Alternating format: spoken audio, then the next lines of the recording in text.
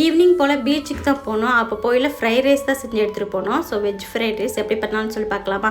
First 2 teaspoon butter சேர்த்துட்டு கொஞ்சமாக oil சேர்த்துட்டு கேரட், கேப்சிகம், முட்டைக்கோஸ், பீன்ஸ் இது எல்லாமே உப்பு சேர்த்து நல்லா வந்து காயெல்லாம் வதக்கிக்கோங்க. காய் வந்து ரொம்ப வதங்கன்னு அவசியம் இல்லை, லைட்டாக குக் ஆனால் போதும். பாஸ்மதி ரைஸ் வந்து ஒரு 80% குக் ஆனால் போதும். அதை நல்லா வேக வச்சு ஆற வச்சுருக்கேன். அதையும் சேர்த்துட்டு கொஞ்சமாக வந்து சோயா சாஸு, அப்புறம் வந்து ஃப்ரைட் ரைஸ் மசாலா வந்து சேர்த்து நல்லா வந்து கிளறி விட்டுக்கலாம். ஃபைனலாக வந்து பெப்பர் ஆட் பண்ணிக்கோங்க. டேஸ்ட்டு சூப்பராக இருக்கும். கடையில் செய்கிற மாதிரியே இருக்கும். நீங்களும் வேணால் ட்ரை பண்ணி பாருங்கள். ஸோ சாப்பாடுலாம் எடுத்துகிட்டு எங்கே போனோம்னா மெரினா பீச்சுக்கு தான் போனோம். ஏன்னா கிருத்திகா வந்து ராம்நாட்டில் இருக்கும்போது நாங்கள் 3 பேரும், நான், எங்கள் அத்தை, எங்கள் அம்மா எங்கேயாவது கடைக்கு கூட்டிகிட்டு போயிடும். இங்கே சென்னை வந்ததுலேருந்து வீட்டுக்குள்ளே இருக்கிற மாதிரி இருந்தது. அதனால நாங்கள் 3 பேருமே கிளம்பியாச்சு. வரும்போதே அவனுக்கு வந்து சாப்பாடுலாம் எடுத்துகிட்டு வந்துட்டேன். கிருத்திகா அவங்க அப்பா கூட விளாண்டுக்கிட்டே சாப்பிட்டாரு.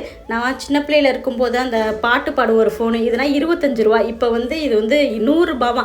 ஃபைனலாக காலிஃப்ளவர்லாம் சாப்பிட்டுட்டு வீட்டுக்கு வந்தாச்சு. இந்த வீடியோ பிடிச்சா லைக் பண்ணுங்கள்.